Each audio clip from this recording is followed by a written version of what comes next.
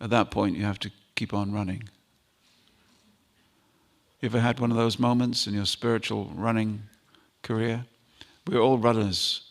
We have a goal in mind and we're running towards that goal. And at least twice in your life, you'll hit the wall or get a stitch. And it will be problematic because you'll think, that's it, I have no more faith in Krishna anymore, I'm not interested. I was interested.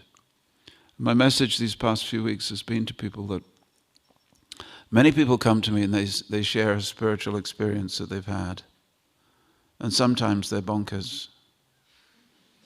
And some people, we get people who they see Jesus in a tortilla, or they say that Jesus came into my room. But it gets worse when you have Hindu people who go bonkers. They see Krishna on a piece of toast or on a chapati. Or Krishna spoke to them personally. Oh, I heard Krishna's flute in the Asda car park. Yes, my dear, sit down, let's talk about this. That's one type of spiritual phenomenon. Please don't get me wrong. The other side of the phenomenon is they have a genuine spiritual experience and they label it as a psychological experience. So they genuinely feel the attraction of Krishna, but they label it as psychological. Or when they hit the wall in their spiritual life, they label it as something that I used to do when I was younger. This Krishna consciousness, yeah, when I was young, all very well, I really wanted something there. I didn't have a girlfriend, I didn't have a job, so God was the obvious solution. I got God. Now I have a girlfriend and a job, so God's not so important. So that was a psychological crutch that I needed back then, but now I don't need it. Times have changed. I'm a different person now. I'm a different person. You ever have that? Yes, you will be a different person. When you're 17 when you're 27, do you think I wasn't a different person? Then I was 37, I was a completely different person.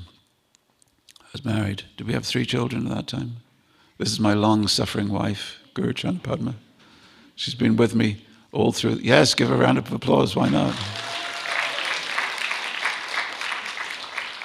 I certainly wouldn't be sitting on this chair today without her. And I wouldn't be having breakfast this morning unless I said that everything I have is without her. So, 37, 47. Then you get midlife crisis. What happens at 47? You ever seen the reincarnation series? Reincarnation series, and the man in the middle, you know, the man in the middle, he's got a mustache and he's got the money. Okay, seen that beautiful painting? Or diorama? It shows every stage in your life, from babyhood to boyhood to youth to middle-age crisis to old age, disease, and then finally death. So 47, you're supposed to have the bag of money. You're supposed to have the whiskers. Now in Krishna consciousness, most of the time we don't have whiskers, some exceptions. But you don't have the bag of money either. And that's difficult. So you get to 47 and you think, what the hell have I achieved? I've been following this being attracted to Krishna business for all these years. What have I achieved actually? I don't have a position in the Hare Krishna movement. I don't have respect, I don't have status, I don't have money. I've got the children. So let me deal with that. Let me raise my children. Take my mind off. 57. Oh, I'd wished I'd used my time correctly when I was 47. I wished I'd done something different. I wished I'd taken my... Now it's too late. Oh, woe is me. But I can always go on the internet and create havoc. I can always state my opinions on the internet and have a blast at people I don't like. And then 67 comes.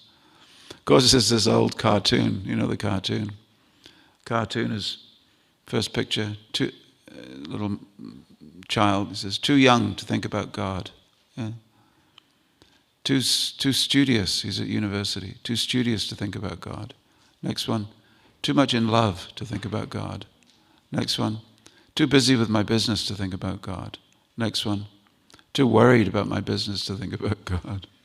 Next one, too old to think about God. Last one, too late to think about God. So at which point in our life is it best to become Krishna conscious?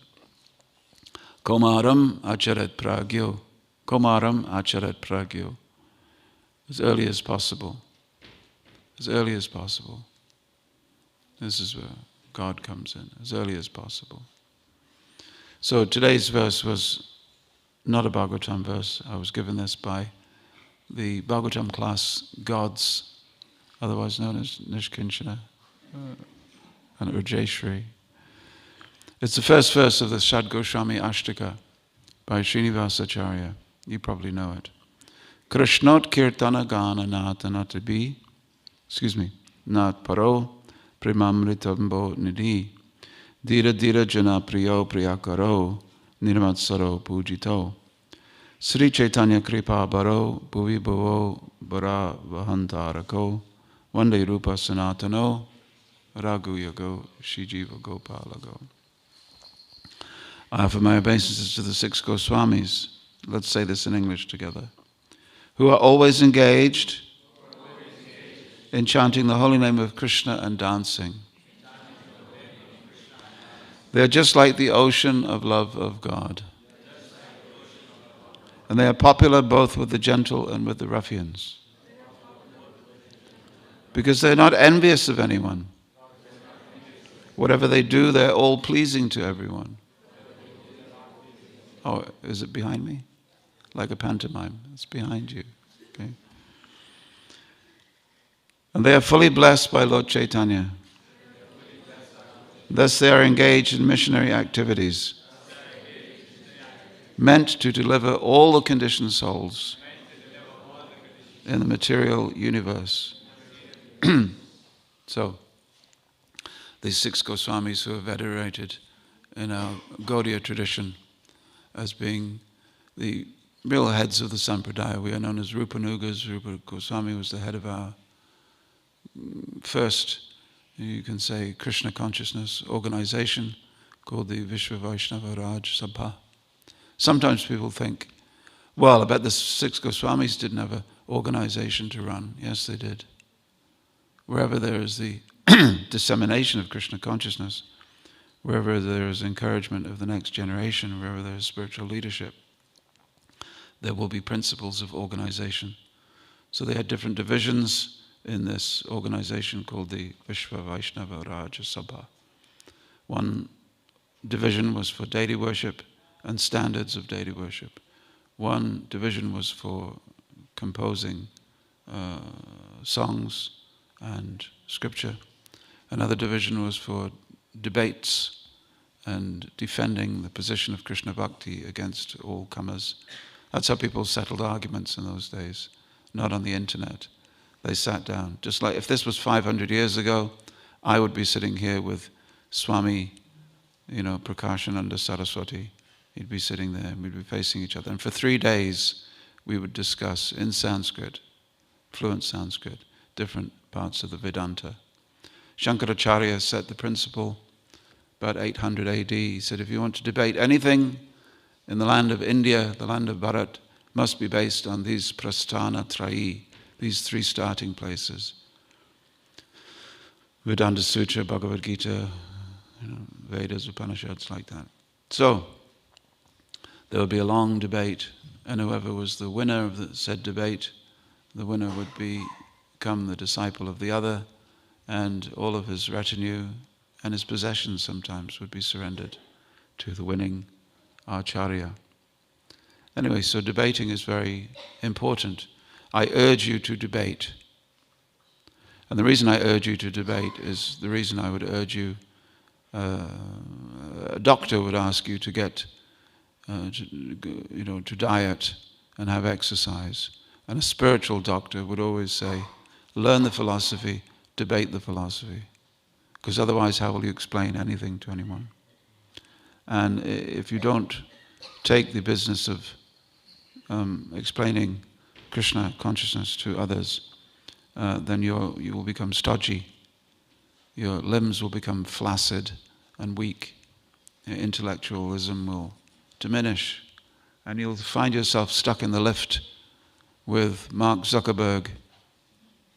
You'll be in the lift with Mark Zuckerberg, And he'll say, so you're a devotee of Krishna. Well, we've got a couple of minutes before we reach the top floor. Tell me about it.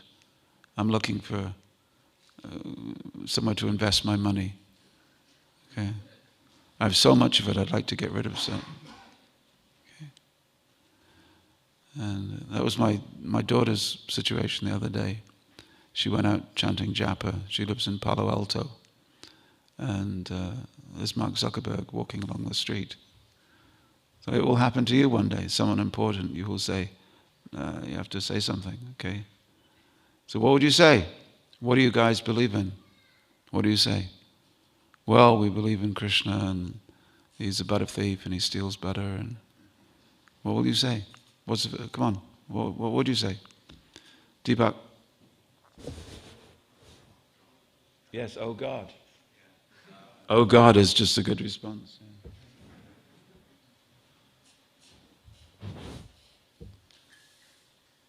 You will be tested.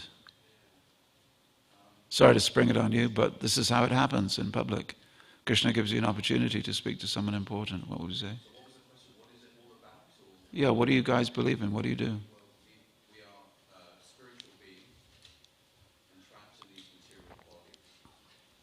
And the goal of life is to reawaken our original consciousness, which is Krishna consciousness. And Krishna is the supreme personality of God. Very good. Round of applause for this young man. You did okay. I'm a multimillionaire. My hand is in my pocket. I'm waiting something to clinch me. See, if it's not attractive, I won't give you any money. I won't join your group. It's got to be attractive to me. Just this week, we have very close by here, we have the NATO headquarters. The NATO headquarters up at Northwood. It's not only the NATO headquarters, but it's also the Joint Forces Strategic Command HQ, which means the Army, Navy, and the Air Force of Great Britain. They work together in a spirit of friendship and cooperation. There's 2,000 of them up there. So I was invited to do a program and say something, dressed like this. So I cracked a joke at the beginning. I said, I have to say something about your security. You let me in dressed like this. Always start with a joke. But the spirit was, how can we all get on together? Because there's traditional rivalry and competition between the Air Force and the Navy and the Army. Why? Because there's limited resources. The Navy always wants a ship. The Air Force always wants a plane. The Army always wants more guns. And the taxpayer has given a finite amount to the government. So they're always at each other's throats. So in order to help things along, they have something called a strategic command place where they work together, 2,000 of them. So for the day, it was Raksha Bandhan Day at the base. Now Raksha Bandhan is a little ceremony that many Hindus do every year. It celebrates the time when Lord Krishna went to the home of Subhadra, his sister, and it is said she tied a red thread to ask for his protection. So sisters to brothers always ask for their protection. So, we both the Christian priest and myself, we talked about the spirit of getting beyond the distinction, getting to a place where we can see each other as spiritual beings in a different uniform. And therefore, the spirit of friendship is natural for us because we are all of God, and therefore we are all brothers and sisters. So please take the string and tie it onto the person of your choice, preferably with a different uniform. And we all went to the cafeteria. On the cafeteria, on the base, this is a NATO base, the cafeteria had been taken over for the day by Raksha Bandhan. So there's a big sign, big illuminated sign like this, and says, today's food is served. There's no meat, no fish, no eggs, no garlic, no onions, no mushrooms. Please enjoy. And it was a big spread. So I saw all the Navy personnel and the RAF personnel and the Army personnel sitting down and having a lunch. So interesting situation. So in any situation that we're placed, we must be able to find something that appeals to the persons. Now there's two ways this can go. Two ways this can do. Saying only the things that you think that the person will like, and leaving out the essentials, trying to present. So in the old days, the devotees of Krishna, they had a tour, and they knew that the young people of the day would like, guitars. So they had guitars and drums and different musical sounds and different types of outfits and all different things. And eventually it got to the point where there was less and less Krishna and more entertainment. And Prabhupada said, no, just harmonium, not harmonium. He said, just kolam kartal. So this is Chaitanya Mahaprabhu's movement. Then the devotees were coming to London at one point, and Prabhupada, as you know, trained them in the art of kirtan, so that it was musically appealing. So then they were staying at John Lennon's house, which is also down Virginia Waterway, and it was Prabhupada's first visit to the United Kingdom in September '69, and he was training the devotees how to dance gracefully so that it looked good for the public, and how to sing sweetly so it looked good for the public. And George Harrison was there as a musician to facilitate the sound and produce the Govindam prayers. And a lot of people on those Govindam prayers. There's Paul McCartney, Linda McCartney, George Harrison, Eric Clapton, Ginger Baker.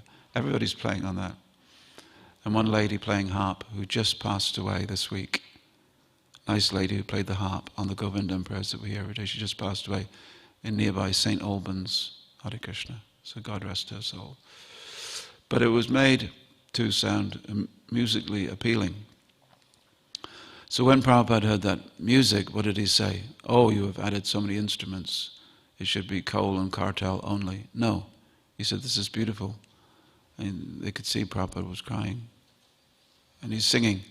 And what Prabhupada was singing as he was listening is recorded, that we play every day. So you hear Prabhupada singing at the end of the Govindam prayers. So that was recorded when Prabhupada was singing. So he said, this should be played in every temple. So on the one hand, you pull back the additional material to just bring it back to the essence of Krishna consciousness. On the other hand, with a different consciousness, you can add unlimitedly. So the same thing, you can have the bowl of porridge as the first visitor experience, or you can have something infinitely more tasty, like khichdi. I was pleasantly surprised because I'd seen the Hare Krishna people giving out this yellow rice at festivals. And when I came here for the first time in 1974, I was pleasantly surprised that they ate something more than yellow rice, that had other food with good recipes, and it was very tasty. And I never ever thought about eating meat, fish or eggs or anything else ever again. It's interesting. So there has to be a param drishtva. There has to be a higher taste so that you can overcome the lower taste. And one of the most important things for us is to experience good fellowship.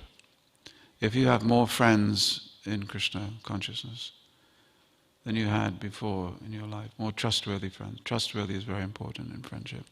Trustworthy, humorous, entertaining, pleasant to be with. If you have friends like that in Krishna consciousness, you will remain.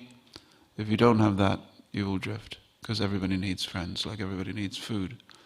So the friendship question was sort of partially solved by Prabhupada saying, if you want to be a devotee, you have to live communally with others. So in Prabhupada's time, everybody lived communally. Right, Gadagraj? Everybody lived together in one place. Average size was 8 to 20 people in a suburban house.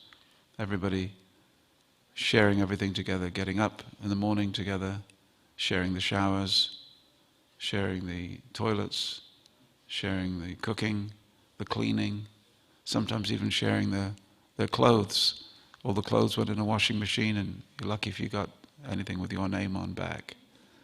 So this is very communal.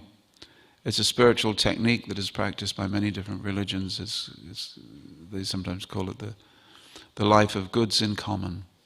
Goods in common, which means because everything belongs to God, I have no personal possessions. So that worked for a while. Now the situation is that 95% of devotees of Krishna have never lived communally. I still do recommend it to some people. I say if you want to experience Krishna consciousness, stay in the temple for a week or a couple of weeks or even a month, and you'll experience that. Or we say to our kids, go on the American bus tour, for a month. Go on the American bus tour, and you travel from town to town, and you wake up in the morning, and another day, another festival, and you'll be, isn't it, Abhay? You've done that? You've never been, but you have traveled. Yeah. Traveling is great. And traveling in Krishna consciousness is also very good. So these are the experiences that help us. But now, 95% of people never have and never will, which is also good. But we have to supplant the communal experience by having a community of devotees who come together regularly. If not every day, then every week or every 2 weeks, minimum every month. So when you're together with other devotees, then your spiritual life is enriched. That's why there's 6 Goswamis, not 1 Goswami. Okay? How would it be if we followed the 1 Goswami? Okay? 6 Goswamis. They like to be together because they like discussing Krishna together. That's why we follow Pancha Tattva, the 5 Tattvas. Okay, Lord Chaitanya Mahaprabhu is the one, Gaura Tattva is Krishna Tattva. We know that. But how he manifests himself is in 5. And then there were others. Ramananda Roy, Swarup Damodar. Who else? In Puri. Throw me some names. Huh? Shikha Mahiti, Sarvabhauma Bhattacharya,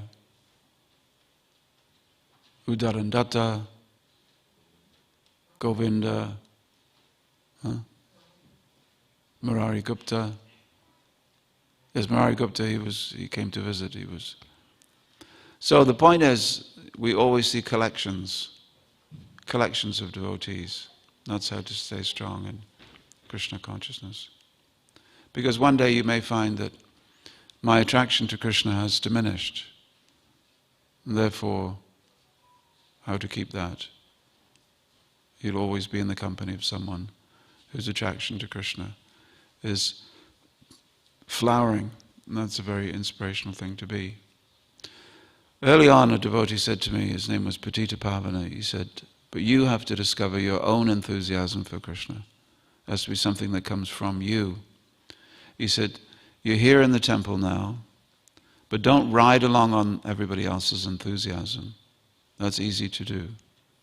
If you ride along on everybody else's enthusiasm while yours diminishes, that's not helpful. He said you must develop your own enthusiasm. So how to become enthusiastic? Well, follow these procedures of the 6 Goswamis. How to become knowledgeable about Krishna. Read about Krishna. Krishna has revealed himself completely. Prabhupada spent his final years of his life translating the Srimad Bhagavatam into English. And now it's been translated into many different languages. In fact, you'll read about Krishna in almost 90 different languages in different parts of the world. Everybody's attracted. That's the theme. I was in a place in Africa.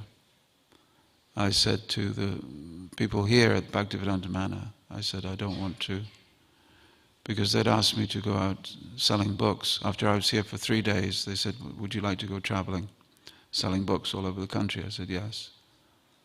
So I was kept like that for 6 years. 6 years living in the back of a van, which I look about it and I think, how did I ever manage that? 6 years out of the back of a van, squashed in like unmentionable fish in a can with 3 other men. Too close for comfort, I think. much to the astonishment of the police when they woke us up in the middle of the night. That's another story. But I said, I don't want to do that anymore. I want to go to India. There must be something else. I must be able to discover something else about Krishna consciousness in India. They said, well, India is hot. I said, yes. I said, well, Africa is also hot. I said, yes. So you want to go to Africa? No. But you like preaching, and you can't speak Hindi, but you can speak English in Africa. So do you want to go to Africa? No. Anyway, in May of 1980, I was on my way to Africa. I had an interesting experience. I woke up one morning. I woke up on the plane, and I looked out the window, and beneath me I could see the pyramids. We really were in Africa. Wow, I'm flying over the pyramids. Surreal. 2 years in Africa. But at one point I was in a place called Kisumu, which is right. Anybody know Kisumu? Anyway. Jambo if you do. Kisumu is right on the edge of Lake Victoria. And just the previous day I'd had an experience with I was chanting my Hare Krishna japa, Hare Krishna, Krishna Krishna, Hare Hare, Hare Rama, Rama Rama, Hare Hare, looking out over the beautiful waters of Lake Victoria. And this hippopotamus put its head up and just started coming towards me. Now I thought that hippopotami can't run very fast, but they ran very, very fast towards me. I had to run for my life because they're very dangerous. Did you know that more people die from hippopotamus bites than crocodile bites? Just a little nugget of information there.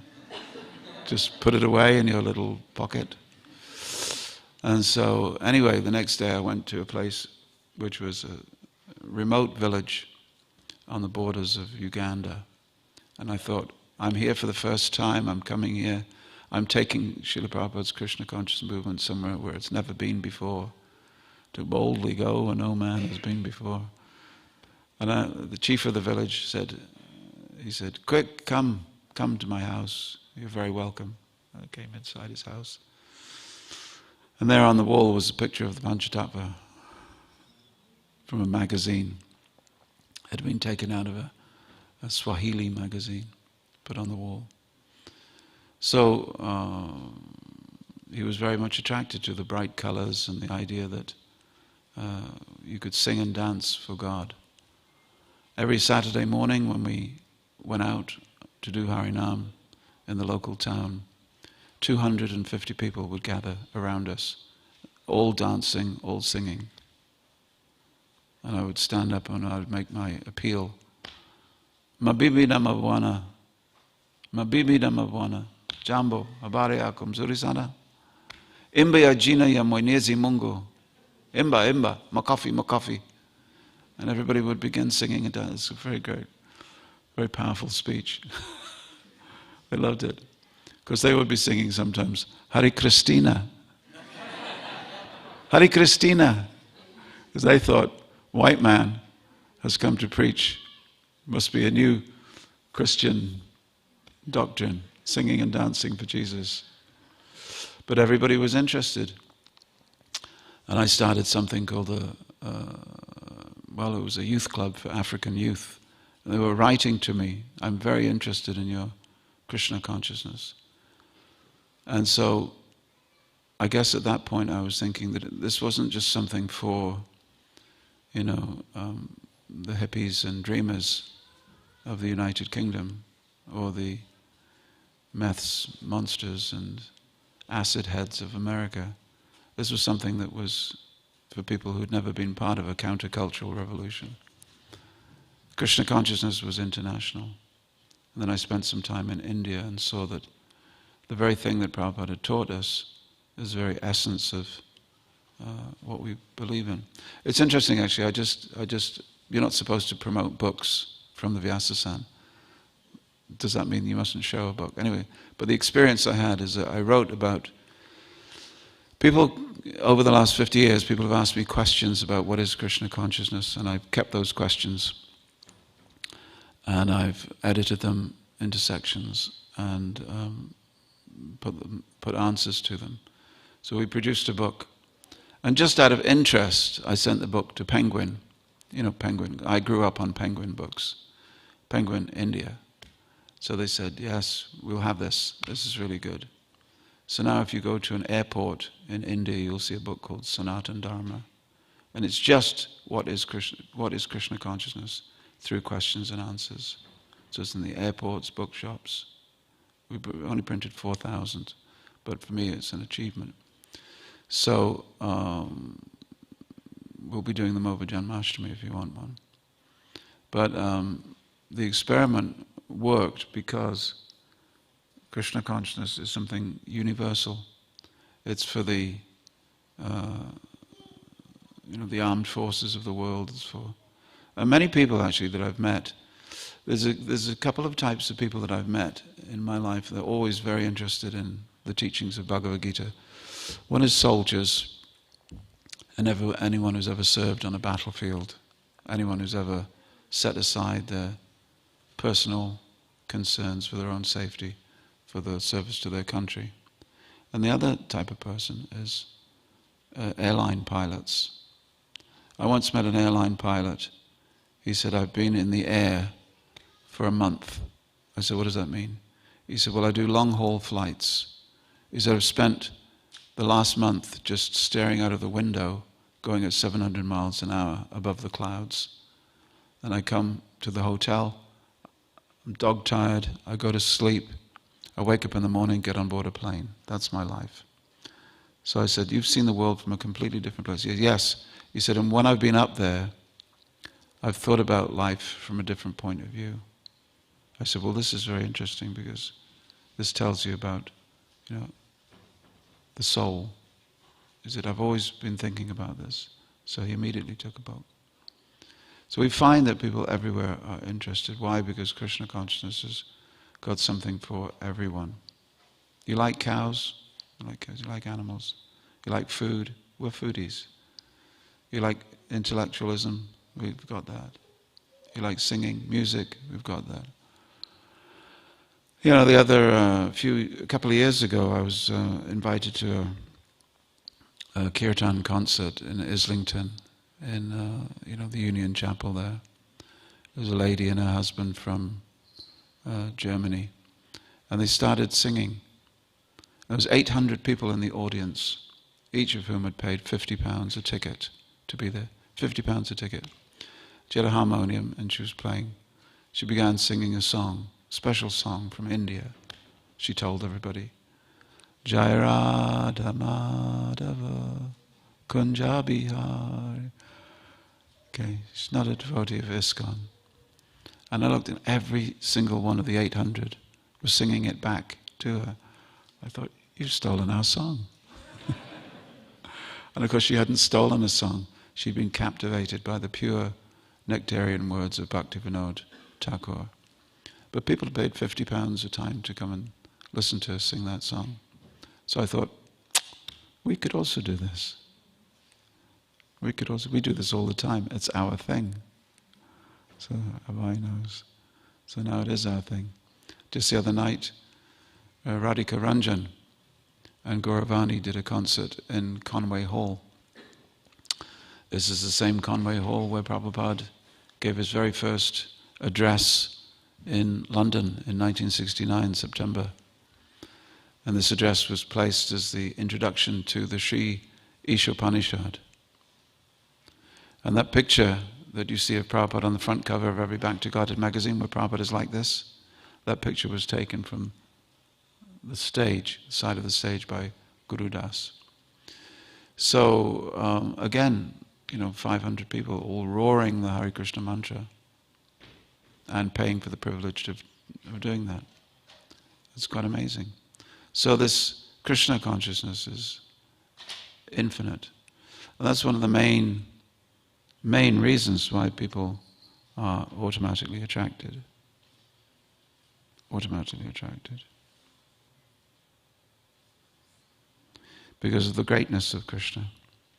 I'm not here talking about the form of Krishna in the form of the cowherd boy stealing butter.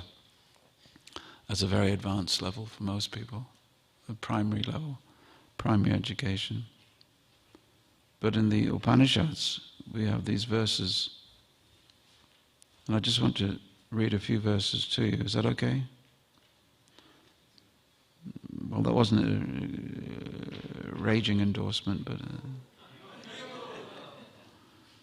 See, these people are not Upanishads people. These are sort of nectar collectors. But the Taittiriya Upanishad says about Brahman.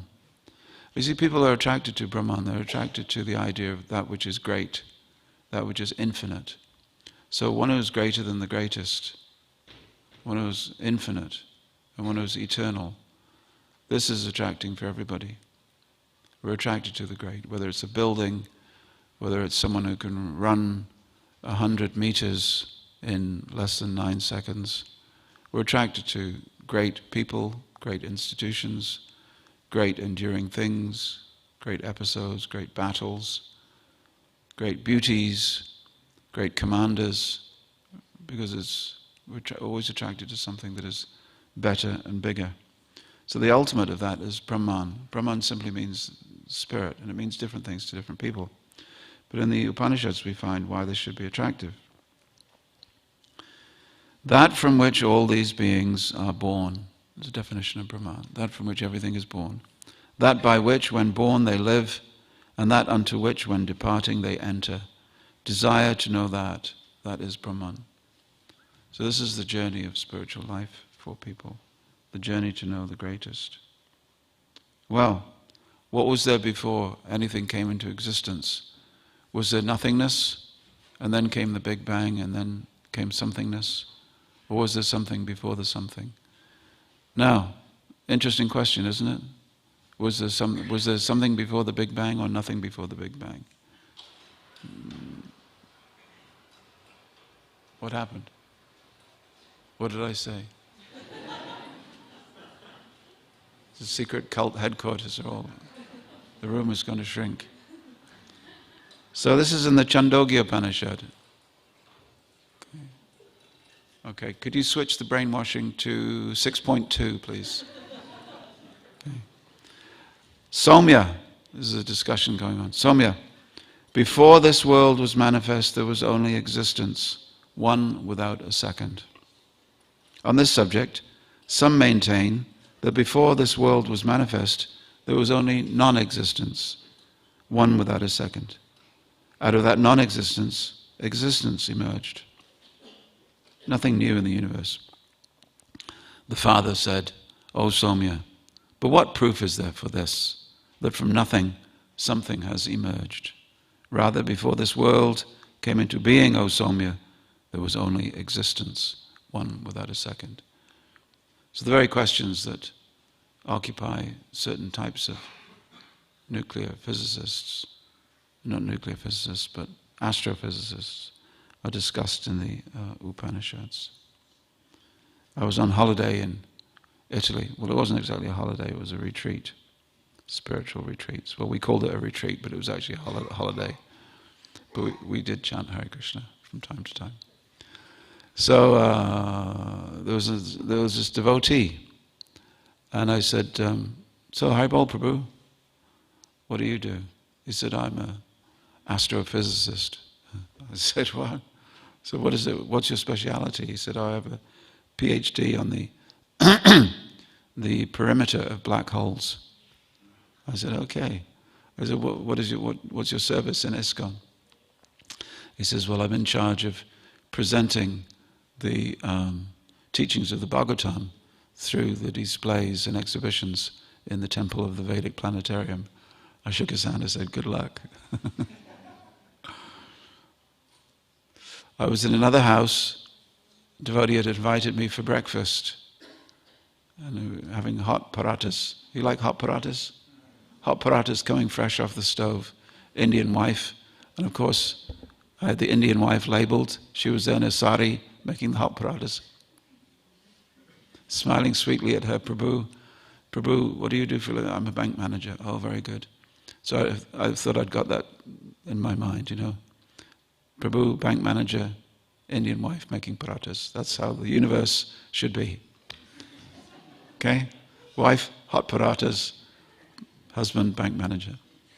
I said, so Mataji, have you ever had a job before you were married? She said, I still have a job when I'm not making parathas. I said, what do you do? She said, I'm a NASA scientist.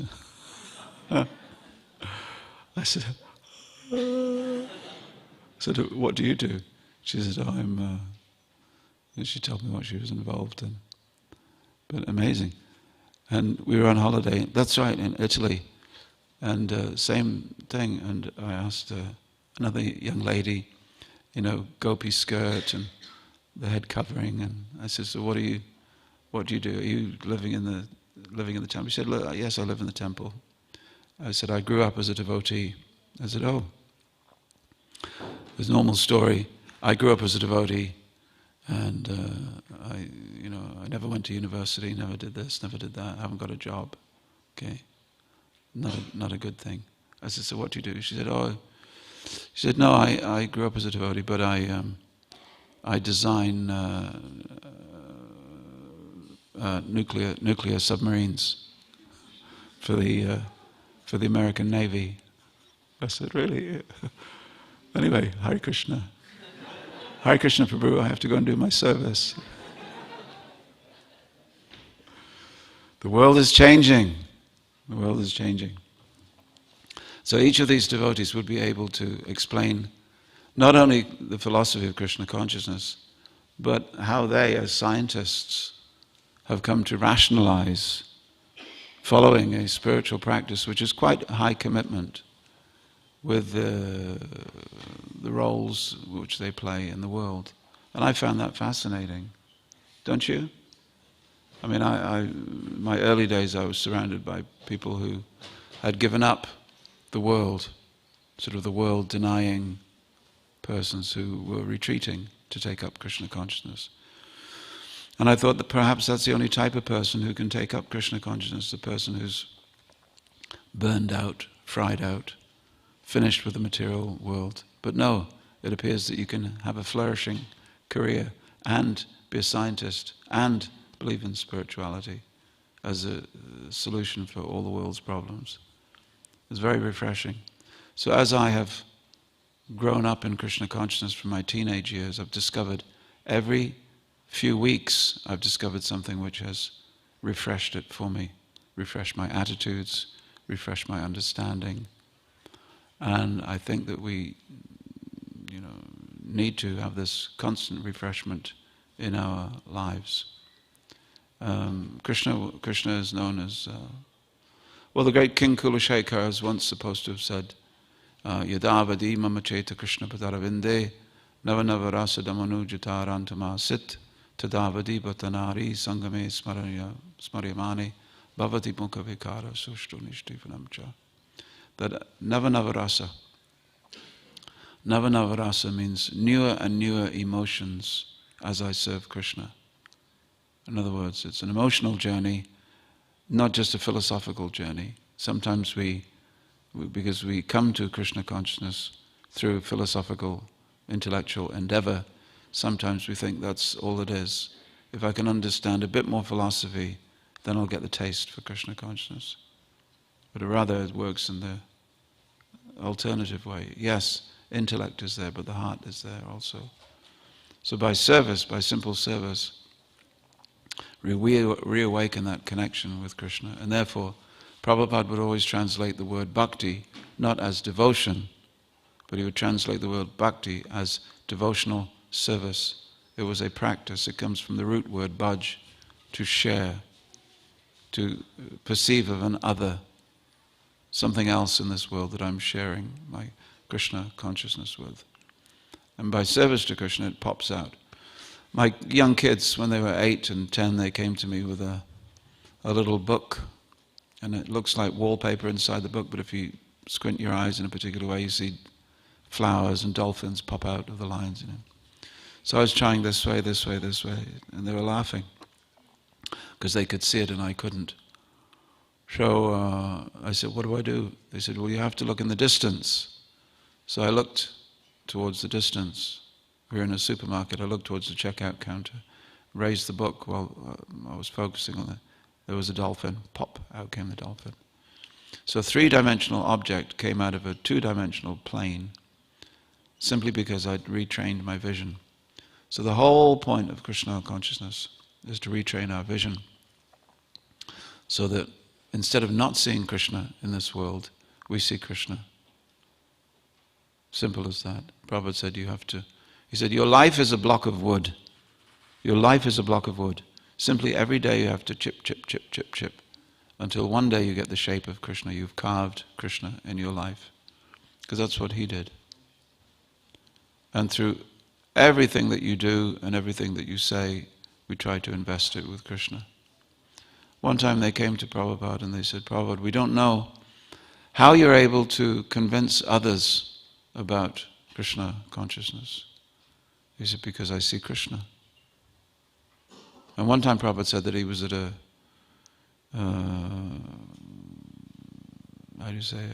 press conference, arbitrary impromptu press conference in an airport. And one of the Swamis said, no, what he means is that he feels the presence of God within his heart. And Prabhupada looked at him and he said, that's not what I said. I said, I see Krishna. And devotee, shut up. Another time Prabhupada said it, he said, I see Krishna. He is trying to convince me that there is no Krishna. Behind him I see Krishna smiling. He said, it is like a man, he said, he's been blind from birth. And he comes to me and he tries to convince me that there's no such thing as the sun. He said, above him I see the sun shining. It is just like that. I see Krishna, he does not see Krishna. So how to see Krishna? Well, originally first Krishna will come to you through the devotees of Krishna, through the attributes of Krishna, Krishna's human paraphernalia, if you like. Each devotee of Krishna, that means each one of you, because I'm taking it that you're devotees of Krishna, sitting here on a Sunday morning, each of you is one of the rays of the Krishna sun. It means that Krishna has enlivened you in some way, that has made this Krishna consciousness make sense to you in such a profound and deep way that you feel called, you feel committed. Yes, sometimes it's because your mother raised you that way. Sometimes because your grandmother was a great devotee of Krishna. But my grandmother was not a great devotee of Krishna. I wasn't raised as a devotee of Krishna. That came to me at a particular point. And it came to me because someone chose to share his ray of Krishna sunshine with me. And as it happens, the same person tried 3 times. Once I didn't speak to him, second time I didn't speak to him, third time I spoke to him, and that was it. But one was in the bad weather, one was in really hot weather, and then the one was in different circumstances, in cold weather. So, my dear friends, I would like to say that you have everything within you to create a spiritual revolution in your neighborhood, in your town, in your village, wherever you live. Do not hold back out of fear, because it's not the polite thing to do. In 1974, everybody was trying to convince everybody of everything. 2024, we're consumed by a new philosophy of what is it called? Some of the different philosophies that have come different times. That one time I dressed like this and I set up to do a very trendy wedding. There was the very trendy wedding. There was the anyway. And someone said, it was not so long ago. They said, "There's an Englishman doing an Indian wedding. Is this cultural appropriation?" I said, "No, it's not cultural appropriation." I said, "This is my culture." Ever since I've been a teenager. My daughter Janavi also got that from one university in America. The university student newspaper said, "Who does she think she is? It's cultural appropriation for her to come here and sing Indian songs And she wrote back, she said, it's the only thing I've ever known. This is what I was born into. I was born Hindu, and I shall die Hindu. So you may be Hindu as an Indian, but it's not your place to tell me that it's cultural appropriate. I haven't stolen anything. Rather, I'm doing the thing which you actually could be doing, but you're not. See? So we live in a world now where it's not the polite thing to do to talk about religion. In fact, in your office it might be banned. In your place of work it might be banned. Isn't it? Give me a little wave if you're not allowed to talk about religion in your place of work. Okay, so you can do it, okay. Talk about anything else, can't we? Did you see EastEnders last night? It was a really good one, wasn't it? Did you see that film? That film that's just come out? You should really see that. I saw it last night, it was great. So you can talk about anything else, but when it comes to religion, you feel embarrassed because it's just a series of personal ideas. Or you're a great fan of, the sort of nouveau atheism that's with us today. That's very trendy, nouveau atheism. Sam Harris and Stephen Fry and Ricky Gervais and many people that espouse atheism as being intellectually superior. Well, I say you have to be fully convinced that Krishna consciousness is sufficiently superior of an idea. It's an idea whose time has come, and that everywhere people may or may not be able to take advantage of it. But you'll never know until you speak. See? Somebody wrote to me once, because 12 years of my life was spent looking after people who'd received books and wanted to know more, but there's no one that they could talk to. Because one of the legacies of communal living is communal thinking, which is not very helpful. Communal living, communal thinking. You have to break out beyond the commune to sort of think about the nation. So anyway, he was in a particular town and he said that there's no one here who's interested in Krishna consciousness. I've been here for 9 months, I can't see anybody. It's not that sort of town. So I had some information. I said, well, why don't you try this address? Just go and knock on the door. He said, I can't just knock on the door. I said, yes, you can. And when you do go and knock on that door, tell him I sent you.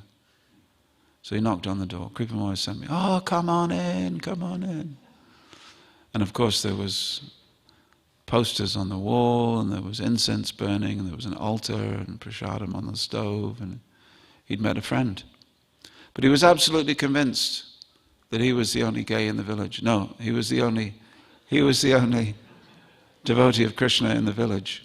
You see, it's really a part of your self-determining insulation that you think that you're the only person who could possibly understand Krishna consciousness or take it up. It's meant for everyone. Yes, even that person. Nope, even that one. Even that one at the bus stop. Even the girl at the checkout counter. Because one random thing is going to turn everybody's head. It's got to turn their head. I'll finish now. In the old days, we didn't have showers. We had cold buckets of water, until it became the idea that, well, maybe Prabhupada wanted us to take a hot shower now and again. So we went to a swimming pool. We still weren't sure whether we were in Maya or not. To have a hot shower, there's not some sort of Maya. Anyway, it's not. It's not, okay. So we were just changing. It's 4 of us were just changing in our 20s. So a young guy, and he was noticing our neck beads and noticing our Brahmin threads. And he said, "So what is it all? What are you? You know how people talk. Are you? Is it? I mean, what are you part of? Is it like? Sorry for asking. They always go like that, don't they? Sorry, I'm sorry. Sorry to ask. Sorry to be rude. Sorry to ask. This is personal. Can I ask you a personal question? So, what's that string around your neck? Can I ask you a personal question? You've all got beads on. What's that all about? And you've all got no hair. So he said, yeah, this is Krishna consciousness. It's like this, like this, like this, like this, like this. Okay. Just from that one conversation in the swimming pool, he became initiated. Krishna does not put you in a swimming pool for no reason. If you ask Krishna, let me be an instrument, like St. Francis of Assisi. St. Francis of Assisi, what did he say? He said, Lord, let me be an instrument of your peace. And we can also make the same prayer. Lord, make me be an instrument of you in this world. And as soon as you say that, I can absolutely guarantee that you'll be stuck in a lift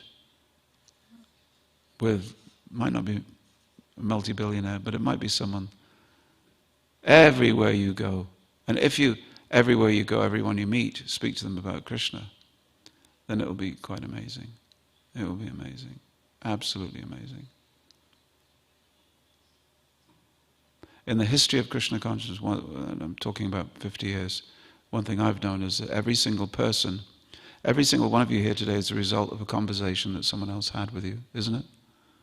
Or a book that someone gave you, or an invitation someone gave you. In 1974, we didn't even come to Janmashtami, it wasn't important. You know how many people came to Janmashtami in 1974? 120. 120 people. You know what Janmashtami was in 1974? 3 plastic tables on the front lawn of the manor. One selling keychains, one selling books, and the other selling... there wasn't any chips, no. That was Maya. Chips is Maya. But I could do with some now. So it was more important to be out giving the message to people. So I guarantee, if you ask Krishna to allow you to kindly be an instrument, you will meet someone who will spark off the next generation of Krishna consciousness. See? It's a bit like COVID, but in reverse. COVID, someone sneezes, 5 people catch COVID. They sneeze, 5 persons each take COVID, and it spreads all around the world. Krishna consciousness, you speak to one person about it, they speak to 2 people about it, 2 people speak to 4 people, like that, it just goes around the world. Who could have imagined that one old man sitting under a tree, playing a bongo drum, chanting Hare Krishna, would be, 60, 70 years later, known all over the world. The man with a tuning fork on his head. I've seen him before. Somewhere. Where have I seen him? He's a guru, isn't he? Yeah. So the point is that it's gone all over the world. But don't think that because it's gone all over the world, I have no part to play. If you think that, we will stop completely. And the revolution that we have been enjoying under Prabhupada's guidance will slowly grind to a halt. And yes, there will be infighting and politics and party spirit, and the whole thing will become degenerated. What keeps this movement dynamic is that it's a movement. Once movements stop moving and they become institutions, wah, wah, wah. The great revolution is over. And then you get career politicians, you get career institution wallahs. That's not good. We're meant to be people who put a certain amount of comforts to the side and go to an English village and start Krishna consciousness. And a message for all of you who live inside London, there is life outside the M25. I just want to tell you, there are people outside the M25, it's the same country, and you can go there. And it's quite interesting outside the M25. Give me a wave of your hand if you haven't been outside the M25 ever. I'm kidding. But there is life. All over the country now we have small groups of devotees. Small groups is becoming the way that people belong to the Hare Krishna movement. Temples are there, yes, they've always been there and they always will.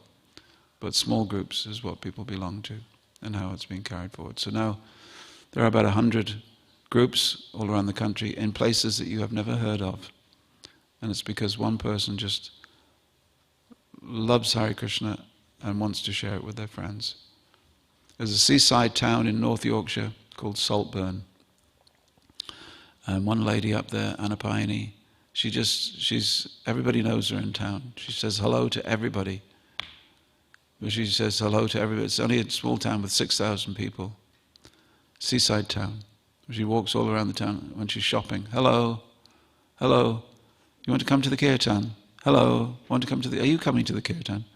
And so as a result, 25, 30 people every month come to the kirtan. They don't know why, they just know that Anapayani invited me.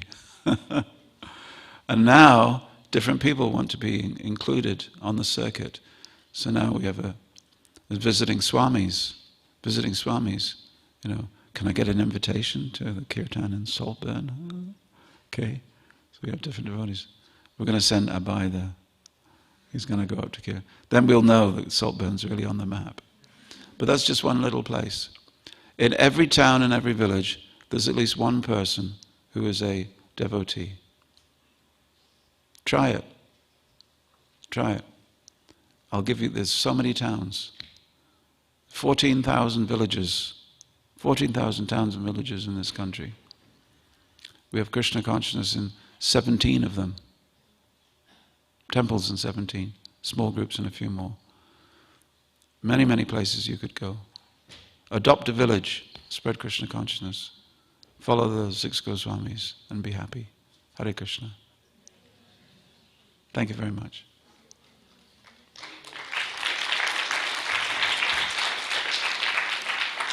And I would just like to say that today's class was absolutely nothing that I was going to actually say to you. I prepared class, but you all inspired me so much. Hare Krishna. So that's it. Should I let you go, or do you want questions? Those whose tummies are demanding that you go to experience Krishna in his porridge form, may go. Questions?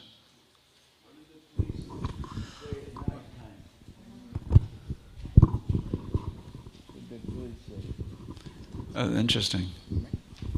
Early morning, some people saw us in the early morning. We were putting on our dhotis, and a report was made to the police that there's 4 men in the car park dressing up as women. Of course, these days no problem, right? But in the 1970s, there's 2 police cars came, one either side, flashing blue lights. Sometimes in Northern Ireland, the army would come. In the middle of the night, the army would come because we'd parked in a very suspicious place.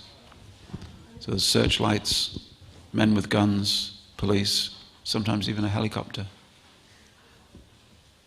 Just for 4 Hare Krishnas during a time of war. Okay, yes sir. There's one over here. Then I guess we should go because everybody's hungry and I'm hungry too. To do one more, yes? One more. Thank you so much for today. You mentioned at the start of the lecture something like we can make a mistake to think spiritual experience is a psychological one. Yeah.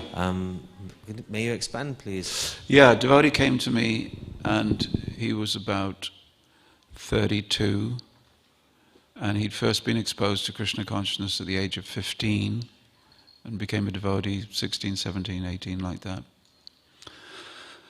White, English, and he came to me and he said, I don't feel anything. I said, what do you mean? You've been a devotee for 15 years, what do you mean? He said, because it's just gone. And he said, I can only think that my early experiences in Krishna consciousness, where I felt real bliss, I see those now as a psychological phenomenon. Must have been what my mind needed at the time, and now I no longer need it. So he'd sort of philosophized his way, or rationalized his way, away from really genuine spiritual feelings. See, there is an idea that what we call spirituality is a function of a certain part of the brain, that we only experience feelings that we call oceanic or spiritual or those type of feelings because of the function of the brain. And therefore, because it's a function of the brain, religion ultimately is a function of the brain. And there's no objective reality known as God. There's no objective reality known as the religious experience. But many, that was very popular in the 60s and 70s and 80s, but many psychologists now reject that and just have started working with a conception of, although they don't know what it is, but consciousness as being higher than the function of the brain. That the brain is a, how you say, a sub-function of something much higher. So he thought that he was being clever by saying that his spiritual experiences were ultimately just a function of the brain, and that now he'd grown up.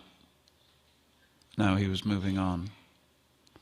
So we had lots of discussions about that, but I think that happens to many devotees who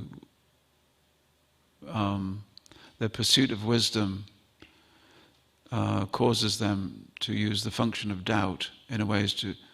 You use the function of doubt in coming to spiritual life, don't you? Use the function of doubt in coming to spiritual life. And we are also instructed to keep our intellect and our doubt and our critical faculties awake, you know. But then when it's brought to bear on the teachings of Krishna consciousness, sometimes we will say, I have to go beyond this. I have to use my doubt to doubt Krishna consciousness, to place myself in a superior intellectual position, or in a better logical position, a better scientific position. And therefore you relegate Krishna consciousness to something that is perhaps historical. Well, I did it when I was 17, I did it when I was 20, and it was good for me then, but it's not good for me. I've grown out of it now. I've gone beyond. And I think that's a phase that certainly been through that, different critical points in my life, sort of psychological nodes, you might say, on the journey. You know, you come to a point in your life where you're really thoughtful about the path that you've adopted. And you use all your critical faculties to say, well, is ISKCON all that there is, or is Hare Krishna all that there is? And let me experiment over here, and let me research a little bit over there. Hopefully, as I did, you'll also come back and say, no, it's like this, let's continue. But the idea of needing freshness to keep your spiritual life fresh is also good. There should be nava rasa there also. But at the same time, if one uses a critical faculty to excuse and to subjugate one's own genuine spiritual experiences to just being a psychological function, then obviously that's not helpful. Because that's where we go to a therapist. You'll go to a psychotherapist, and a psychotherapist quite often will also relegate religion to being just one of the functions of your psychology. You understand? In other words, we subjugate that which is absolute to that which is relative, and biological even. So, if you're going through that stage, which is a sort of a natural stage to go through, then we have to perhaps approach Krishna consciousness from a different angle. From a different angle. Many people find it refreshing. For instance, those who come to Krishna consciousness as being born and raised Hindu, they like it to approach it from a completely non-Hindu platform, a completely rational platform, because it may give them a fresh way of looking. In my life, I've also enjoyed looking at what I do, what we do from different angles of vision. and then many different angles of vision. Keeps it fresh. Good. Is that okay? Thank you very much indeed for sitting and sitting it out. We've been here for quite some time. I wish you a happy Janmashtami tomorrow. Good luck with the fasting. Just remember, fasting is until midnight to score all your brownie points. If you want to score 3/4, you must fast till 4 o'clock. Okay? If you want to score half point, you can fast till 12. And don't even think of not fasting till 12 on Janmashtami. Okay? But don't give up. Try for 12, try for 4. And the most difficult time is 5 o'clock. Okay? 6 o'clock is insane. 7 o'clock, you're going crazy. 8 o'clock, it gets easier. 9 o'clock, it's like, why was I bothered? 10 o'clock, I'm really feeling blissful. But maybe it's just a psychological phenomenon from fasting. Hare Krishna.